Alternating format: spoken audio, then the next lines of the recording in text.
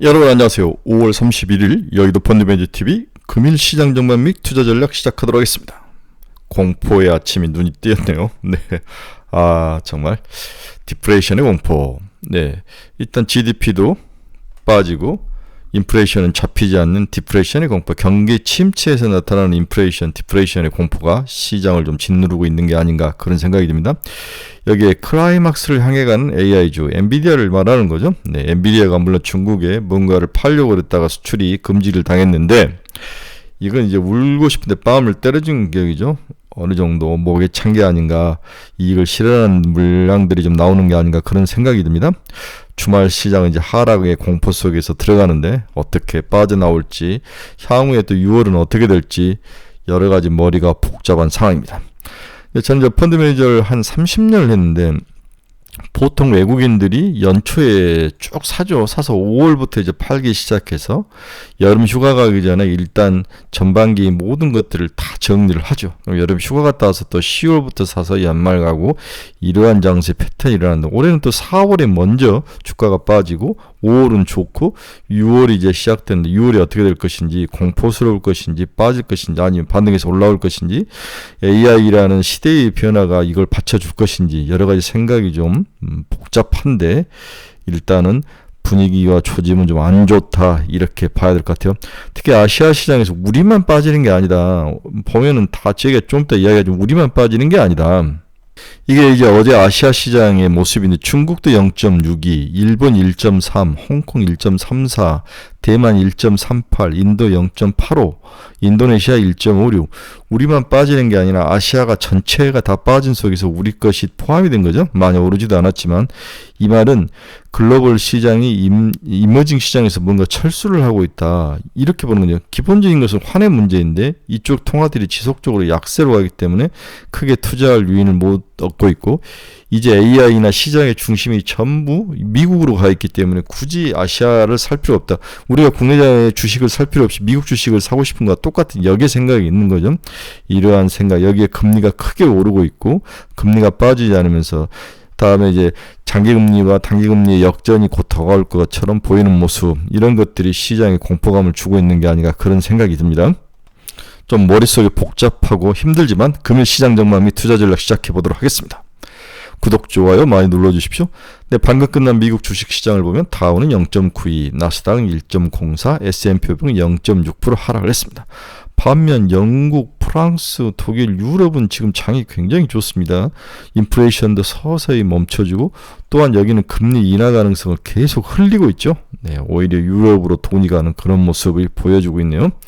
금일 주요 시장에서 세일즈포스가 실적이 안 좋으면서 19.74%나 폭락을 하는 모습, 세일즈포스의 하락은 굉장히 충격적이네요. 그렇죠? 네, 이렇게 하루 만에 박살나는 모습이 나타나고 있습니다. 금일 GDP가 예상은 1.6 정도를 예상했는데 1.3이 나오면서 경기가 좀 침체되는 게 아닌가, 우리가 생각만큼. 그렇다면 반대로 이렇게 된다면 뭐가 또 살아나느냐, 금리 인하 가능성이 스물스물 살아날 가능성이 있는데, 저는 경기가 침체 과정에서 금리 인하하면 오히려 시장을 망가뜨릴 가능성도 있다 이렇게 보는 거죠. 어쩔 수 없이 정치적 요인이나 이런 요인으로 금리를 인하하면 굉장히 좋은데, 이러한 실질적으로 경기가 침체 상태에서 인하를 하고 소비가 감소하고 이제 고용이 좀 둔화가 되고 이런 것들이 숫자적으로 찍혀 나오고 연체율이 증가하고 이렇다면 이것은 금리 인하를 해도 살아나기 힘든 이제 사이클상의 문제지 않을까, 이런 생각도 좀 해보는 거죠. 머리가 복잡합니다. 금일 시장의 주요 키포인트 한번 봅시다. 1분기 GDP 잠정치 1.3. 네, 방금 말씀드렸죠. 미 주간 실업수당 청구건수 21만 9천 건 예상을 상회했습니다. 여기도 살짝 상회하고 GDP 하락하고 뭐 이런 것들이 섞여서 오늘은 나오네요. 그러면서 금리가 좀 하락하긴 했는데, 대만 1분기 GDP 전년비 6.5%, 기술 부분 강세. 1분기 되고 6.56이 나옵니다. 우리는 1.3, 1.4 나오는데 큰일 났습니다. 우리는 대만에게 이제 치이는 엔비디아 중동향 AI 개발 수출 라이선스 발급 지연 4%대 급락을 했다. 이런 이야기들이 흘러나오고 있네요. EU가 7월부터 러시아, 벨라루스 곡물 고유 관세를 부과한다. 티톡 미국서 핵심 추천 알고리즘 4번 준비 중이다. 팔란티어 이제 시큐리티 관련 회사인데 미 국방부와 4억 8천만 달러 규모 계약을 체결했다. 테슬라 중국서 FSD 등록 준비. 그래서 오늘 테슬라가 다 빠지는데 올랐네요. 중국에서 FSD 등록 준비를 하고 있다. 몇 달 내 출시할 예정이다. 테슬라도 뭐 비실비실 엔비디아도 꼭대기에서 오니까 좀 매도가 나오고 시장이 좀 어지럽습니다. 오늘은 그동안 삼고 현상이 시달렸는데 달러가 오늘은 살짝 풀린 것 같아요. 달러도 살짝 약세로 들어왔습니다. 0.31% 하락해서 104.71 어제 105까지 찍었는데 WTI도 1.65% 하락하면서 77.91달러. 금리도 한번 봅시다. 2년짜리는 4.927 5.8bp 하락. 10년짜리도 4.549 7.4bp 하락. 이제 금리가 올라가다가 경기 침체와 다음에 오늘 GDP가 영향을 좀 많이 미친 것 같아요. 철크다 걸리면서 일단 좀 하락해서 내려오는데 그렇게까지 또 하락을 할 수 있느냐는 또 많은 물음표를 가지고 있네요. 최근에 금리 상승이 주가에 큰 영향을 미치고 있다. 금리가 이렇게 좋은데 굳이 이제 리스크 자산인 주식에 그렇게까지 몰빵할 필요가 있느냐, 뭐 이런 생각들이 많이 있는 거죠. 금리는 자산과 자원을 배분하는 기능이 있다고 제가 여러 번 있죠. 금리의 움직임에 따라서 글로벌 자금들이 주식으로 갈 건지, 채권으로 갈 건지, 부동산으로 갈 건지, 원자재로 갈 건지, 금리의 역할이 중요하다. 자산과 자원을 배분하는 기능이 금리다. 금리를 아주 민감하게 봐야 됩니다. 주요 기업 주가 한번 봅시다. 애플 0.53. 버티브 홀딩스 이제 제가 핵심 냉각의 핵심 기업이라고 그랬죠. 버티브 홀딩스 이거 사서 103달러인데 200달러까지는 가지고 가자. 이게 이제 제 목표에서 제가 오늘부터 버티브 홀딩스를 매일 아침마다 주가를 넣어줄 생각입니다. 퍼스트 솔라는 0.86 올라가다 조금씩 조정을 받는 모습. ARM은 0.35 상승. 어제 빠졌는데 오늘은 올라왔습니다. 엔비디아는 3.77% 하락. 1105달러. 그래도 1105달러인데 중국 쪽에서 수출 중동양 AI 수출이 금지가 됐고 아직까지 뭔가 문제가 발생을 했던 것 같은데 이건 울고 싶은데 뺨 때려진 꼴이다라고 봐야 될 것 같아요. AMD 0.68 상승했습니다. 어제 좀 많이 빠졌는데 테슬라 1.48% 상승. FSD 인라인 딜리가 꾸준히 올라오죠. 네, 575달러에서 6개월 동안에 815달러까지 1000달러까지 갈 수 있을 것 같아요. 인라인 딜리 야금야금 상승했습니다. 제 이제 스터디 모임에 모 친구가 자녀들을 위해서 인라인 딜리를 꾸준히 사는데 비만 치료제는 꾸준히 갈 것이다. 자녀들이 살아남는 활동하는 시대에도 비만의 문제는 큰 문제일 것이다. 인라인 딜리를 꾸준히 사더라고요. 그러니까 자녀들의 어떤 미래 대비용으로 인라인 딜리는 좋은 것 같아요. 마이크론 테크놀로지 4.02% 하락. 컸네요. TSMC는 0.89% 하락. 비트코인은 1.31% 상승하면서 68,000달러를 지나가고 있습니다. 자, 최근에 이제 가장 우리가 걱정했던 여러 요인 중에서 금리와 일드 커브의 변화가 일어나고 있다. 이게 리스크를 가져오고 있다. 이게 이제 현재 주식 시장에서 주식을 좀 이론적으로 공부하는 사람들이 많이 이야기하는 건데 그 내용 속사를 한번 간단히 알아봅시다. 코스피가 2거래일 연속 외국인 및 기관의 수급 영향으로 1%대 하락세를 보이며 장중 2640선을 하했다. 최근 증시의 가장 큰 원인은 글로벌 베어 스티프닝에 대한 위험자산 선호 심리의 약화이다. 뭔가 금리 단기와 장기 금리의 일드 커브의 모양이 변하면서 사람들이 위험자산 선호 심리가 약해졌다. 즉 주식에 대한 선호 심리가 약해졌다는 그 내용을 한번 살펴보면 왜 금리가 주식시장에 영향을 미칠까? 베어 스티프닝은 채권 시장에서 사용되는 용어이죠. 단기 금리가 비교적 움직이지 않고 안정 상태를 유지하는 가운데 장기 금리가 빠르게 상승하면서 수익률 곡선이 더 가파라진 현상을 의미한다. 이게 베어 스티프닝이죠. 네.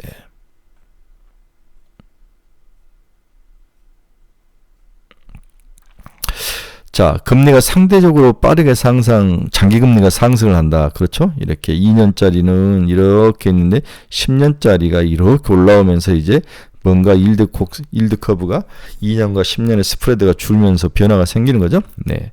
장기 금리보다 단기 금리가 반대로 빠르게 하락하면서 수익률 곡선이 가파라진 것을 불 스티프닝이란다. 반대의 개념이 불 스티프닝이죠. 지금은 베어 스티프닝. 장기 금리가 단기 금리보다 빠르게 상승하면서 나타나는 일드 커브의 변화. 통상 장기 금리 상승은 실질금리 상승으로 이어져 증시의 부담으로 작용한다. 이게 이제 지금 가장 크게 염려하는 부분이죠. 실질금리 상승은 위험자산에 대한 니즈를 약화시킵니다. 네, 위험자산에서 주식을 말하죠. 유동성이 넘쳐 흐르더라도 고금리에는 투자자들이 리스크를 수용하기보다는 리스크를 회피해야 하는 기제로 사용하기 때문이다. 그렇죠. 고금리에서는 주식이 그렇게 매력적이지로 안 보이는 거죠.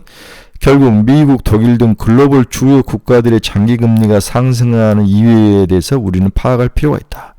현재 국내 증시는 대내적 요인보다는 대외적 요인에 의한 하방 위험이 더 크게 작용하고 있기 때문이다. 그러면 글로벌 장기금리가 상승한 이유는 뭔가? 우선 독일의 경우를 보자. 5월 소비자 물가지수가 잠정치 2.4%로 앞선 두 달 동안 기록했던 2.2%에서 소폭 상승을 해버렸다. 오히려 상승한 거죠. 특히 EU 기준을 고려한 연간 물가 상승률이 4월 2.4%, 예상은 2.7%를 상회한 4월은 2.4였고 예상은 2.7이 나올 거로 예상했는데 2.8을 기록하면서 4개월 내 최고치를 기록했다. 경기가 좋은 거죠. 경기가 좋으면 금리를 인상할 수 없습니다. 일어날 수 없는 거죠. 물론 6월 6일에 개최된 예정이던 ECB 통화정책에서 금리 인하 기대감을 불식시킬 정도는 아니지만 인플레이션 반등에 대한 시장의 우려는 지속될 수 있다는 걱정이 나타나고 있다. 일단 유럽에서도 장기금리가 상승하는 모습, 경제 성장률이 예상보다 좋고 금리 인하 가능성이 있지만은 크게 인하 가능성이 또 그렇게 드러난 건 아니다. 인플레이션이 아직도 유럽을 중심으로 독일을 중심으로 아직도 강하게 형성돼 있다. 미국은 복합적인 요인이 지금 금리 상승을 이끌고 있다고 보는 거죠. 우선 지난주 S&P 500 글로벌 PMI 서프라이즈 지수를 시작으로 연준의 기조가 다시 신중했다는 점과 이번 주 진행될 국채 입찰 2년, 5년, 7년 했죠. 수요 부진 등으로 금리가 상승을 하고 있다. PMI 서프라이즈 지수가 나쁘지 않고 연준의 모든 인사들이 금리 인하는 없다라고 외치고 있고 미국의 국채 입찰에서 너무 시장에서 물량이 많이 풀리면서 수요가 부진하다. 즉 이 말은 미국이 연준은 통화를 좀 쪼이고 긴축으로 가는데 정부에서는 뭐 이렇게 채권 막 찍어가지고 돈을 풀어버리니까 이 FOMC의 패드의 이 긴축에 대한 효과가 잘 나타나지 않으면서 지속적으로 인플레이션이 상승하는 어떤 모순이 지금 발생하고 있다. 이렇게 이해를 하셔야 될 것 같아요. 특히 베어스티프 분위기 강하게 나타난 지난해 8월과 10월 그리고 올해 4월 기억을 뒤집어 본다면 미국, 유럽 등 글로벌 증시의 부진은 우리나라를 비롯한 신흥국 증시에는 결코 우호적이진 않다. 이렇게 봐야 될 것 같아요. 결국 경기 침체 가능성, 높은 금리로 인해서 돈이 미국으로만 몰려가는 현상, 이런 현상, 그리고 향후 금리 인하 가능성도 차츰 열터져지는 거, 이런 것들이 아시아 시장에서 돈이 빠져나간다. 아시아 시장에 돈이 빠져나간 것은 아시아 주식시장에서 돈이 빠져나간다고 봐야 될 것 같아요. 결국 글로벌 장기금리 상승세의 안정이 필요하다. 하나만은 소리지긴 하지만 국내 경기는 반도체를 중심으로 수출 경기가 빠르게 개선되면서 기업들의 펀더멘탈도 개선되는 모습을 보이고 있다. 외국인은 올해 들어서 국내 증시에서 24조 순매수를 기록 중이다. 특히 반도체의 12조 원으로 적절한 비중으로 사고 있다.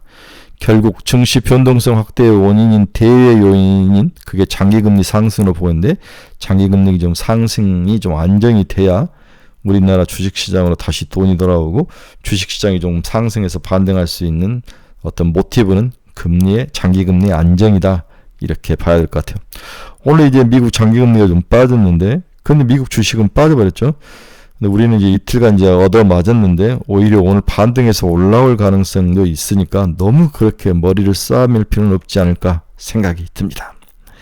다음 주에 이제 경제지표 발표가 다양하게 주간 이벤트들이 있는데 31일 유로존, 프랑스, 이탈리아 5월 CPI 잠정치, 31일 코어 PC 물가스 이게 저 중요하죠. 우리나라는 이제 주말로 들어가 버렸는데 MOM으로 0.3, YI로 2.8%가 이상이 되고 있다. 6월 1일 날 한국 5월 수출입 동향이 발표되죠. 네, 수출 동향. 5월 3일 월요일 날은 미국 5월 ISM 제조업 지수 예상은 49.6. 6월 미국 5월 서비스 PMI 지수 50.7. 6월 6일 ECB 통화정책의 금리를 4.5에서 4.25로 내릴 가능성. 6월 7일 미국 고용보고서 비농업 취업자 수 17만 5천 명에서 18만 명, 실업률은 3.9 그대로. 이러한 다음 주에 큰 이벤트. 올 초는 항상 다양한 이벤트들이 있죠. PC 물가지수가 가장 중요하다. 코어 PC 물가지수. 우리나라 시간으로는 금요일 저녁에 발표되죠. 한국 국채 3년짜리 금리도 올라왔다가 이제 한국은 그렇게 많이 올라오진 않았지만 일단은 바닥을 찍고 올라오는 모습은 보여주고 있습니다. 미국제 10년 실질금리와 S&P 500 선행 포워드 P를 보면 이게 역축이죠. 역축이니까 금리가 올라가니까 PBR 퍼더 올라가는 그런 모습, 고평가로 가는 모습이 있는 거죠. 모두 다 주식시장의 불안한 모습, 부정적인 요인이다라고 봐야 될 것 같아요. 오늘 결론 한번 봅시다. 살벌한 아침이 시작됐다. 문제는 미국은 먹은 것이라도 있지만 우리는 먹은 게 없는데 다시 하락으로 들어간다는 게 정말 억울하다. 최근 금리 상승, 금리 인하 가능성 감소, 경제 성장률 하락, 경기 침체 신호들의 등장, 너무 많이 오른 엔비디아에 대한 두려움, 달러 강세, 원화 약세, 삼성전자의 위기, 미중 무역 갈등 등 온갖 악재가 겹치면서 주가 하락의 징조들이 나타나는데 한국 주식시장이 그중에서 가장 악영향을 많이 받고 있다. 방법은 없었습니다. 추가 매수는 비추이며 현금이 좀 남았다면 비추하고 있어야 된다. 새로운 테마가 나타날 때까지 웅크리고 기다려야 되죠. 일부 화장품이나 음식료 등을 제외하고는 특별히 손이 가는 섹터나 종목은 없다. 화장품도 이제 서서히 이익을 실현해야 하는 단계에 와가는 것 같다. 너무 많이 이제 선반영돼서 올라왔기 때문에 추격 매수할 건 없지만 따라갈 것도 없다. 이제부터 오르면 오를수록 이익을 실현하는 게 낫지 않을까. 4월에 매도 공포가 5월에 소폭 치유가 되고 6월에 들어서는 길목에서 다시 매도 압력이 거세지는 것을 보여서 주의가 필요하다. 늘 외국인들은 5월 이후에 매도를 쭉 하고 여름 휴가 가기 전에 모든 것들을 정리하고 전반기를 마치죠. 그 과정에 속에 6월이 들어가지 않을까 그런 생각이 들어서 주의가 좀 필요합니다. 네. 일단 좀 현금을 확보하는 게 좋아 보이며 보수적 스탠스로 시장을 바라보는 전략을 추천한다. 오늘은 다행히 다 악재인데 그나마 금리가 하락하고 달러가 약세로 돌아서 원화가 좀 강세로 돌아서 이런 것들이 시장이 얼마나 하락을 방어할 수 있을지는 봐야 되지만 이틀간 두들겨 맞았으니까 오늘은 그래도 살짝 또 견딜 수 있는 생각보다 하락폭이 적을 수 있는 그러한 가능성도 있기 때문에 너무 쫄지 말자 이렇게 결론을 내붙드리고 싶습니다. 우울합니다. 우울하지만 좀 오늘 지켜봅시다. 꼭 장이 안 좋을 때는 우리가 제일 싫어하는 금요일 모든 사람들이 포지션을 줄이고 가고 싶은 금요일이어서 참 문제가 큽니다. 최근 저희 카페에서도 이제 주식시장을 떠나겠다라고 하신 분들이 저한테 이제 쪽지를 남기시는데 바닥은 왔는데 좀 더 시간은 필요하다는 또 인적 인덱스들이 있지 않습니까? 근데 저는 그렇게 생각해요. 돈을 다 팔고 나가지 말고 조금은 남겨놓고 쉬어라. 그렇게 해야 다음에 들어올 때 이런 시드가 있기 때문에 또 쉽게 들어올 수 있죠. 완전히 팔고 나가서 그러면 다음 들어올 때는 못 들어온다. 하다가 장을 올라가 버리니까 예를 들어서 자기가 100을 가지고 있으면 70은 팔고 나타날 때 30은 남겨놔라. 이렇게 저는 이제 예추는 거죠. 그래야만 다음에 하락할 때 바로 돈을 투입해서 다시 시작할 수 있기 때문이라는 거죠. 네, 이건 이제 저의 조그만 팁입니다. 네, 여러분 중에서 투자의 방향성을 잃어버리신 분들 저희 카페로 오십시오. 네, 이 카페 주소 치고 들어오시면 여러분들의 고민을 함께 해드리겠습니다. 여러분 중에 특히 종목, 물린 종목들 많으시죠? 네, 저도 많이 가지고 있는데 같이 고민 상담 해드리겠습니다. 매일매일 관심 종목 올려놓으니까 저희 카페에 들어서 좀 보십시오. 어제 어떤 분이 새로운 어떤 변화가 필요하다 해서 저희 카페를 선택해 주셨는데 너무 감사드립니다. 네, 유료입니다. 잘 판단하시기 바랍니다. 네, 주말입니다. 머리는 아프지만 여러분들의 반등 또 우리가 생각한 반대로 갈 확률이 있으니까 이틀 다 들게도 맞았다. 오늘은 금리도 내려가고 달러도 약세고 WTI도 낮아졌다. 이러한 또 기대감을 가지고 시장에 임하시기 바랍니다. 여러분 주말 잘 쉬시고 저는 토요일 오후나 일요일 오후에 다음 주 전략으로 한번 보도록 하겠습니다. 한 주간 너무 힘든 한 주간 고생하셨습니다. 여러분 감사합니다.